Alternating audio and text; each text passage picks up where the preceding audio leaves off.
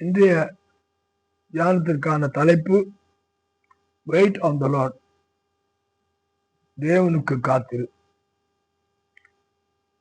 சங்கீதங்களின் புஸ்தகத்தில் 27ஆம் சங்கீதம் 14ஆம் வசனம் இப்படியாக சொல்லுகிறது: கர்த்தருக்கு காத்திரு, அவர் உன் இருதயத்தை சிறப்படுத்துவார், திடமனதாயிருந்து கர்த்தருக்கு காத்திரு. காத்திருத்தல் நம்முடைய வாழ்க்கையிலே மிகவும் அவசியமான ஒரு காரியம். நாம் எடுத்தது தொடுத்தது என்று சொல்லி நம்முடைய சித்தத்திலே நாம் செயல்படும் போது அநேக பிழைகளை நாம் செய்கிறவர்களாய் இருக்கிறோம்.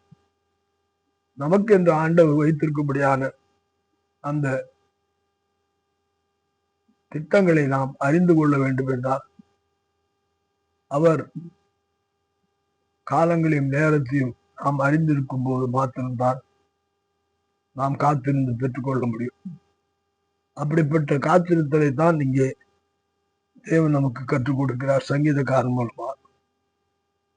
கர்த்தருக்கு காத்திரு,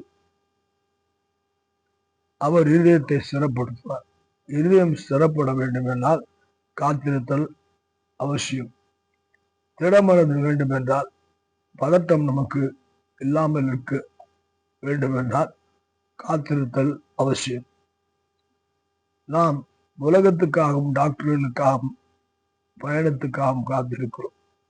ஆனால் அதைவிட கர்த்தருடைய வழிகளுக்கு காத்திருக்கும் போது அவர் சகலத்தையும் வாழ்க்கை செய்வார்.